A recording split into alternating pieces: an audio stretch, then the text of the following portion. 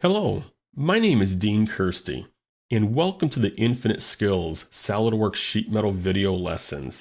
If you have little to no experience in creating sheet metal parts in Solidworks, this video is for you. On the other hand, if you are proficient in the sheet metal environment, the lessons covered in this video are a great way to reinforce what you already know and to gain some additional practice. SolidWorks sheet metal functionality enables you to quickly and cost-effectively create sheet metal part designs, which in turn accelerates the design process, thus saving time and development cost and increasing productivity. Using SolidWorks, you can design sheet metal parts and assemblies. You can also convert SolidWorks models or imported CAD models directly to sheet metal models, and automatically input your own bend radius, thickness, and K-factor. The sheet metal functionality also allows you to design around a group of parts in an assembly and estimate sheet metal manufacturing cost as you design. Finally, at the completion of your design, you can flatten your 3D sheet metal part to generate flat patterns. Now, let's go into the SolidWorks software and turn on the sheet metal ribbon. I am going to begin a new part file.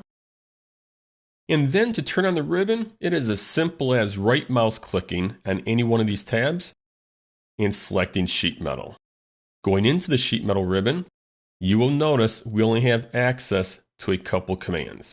First, we need to create a base flange in order for these other commands to be available.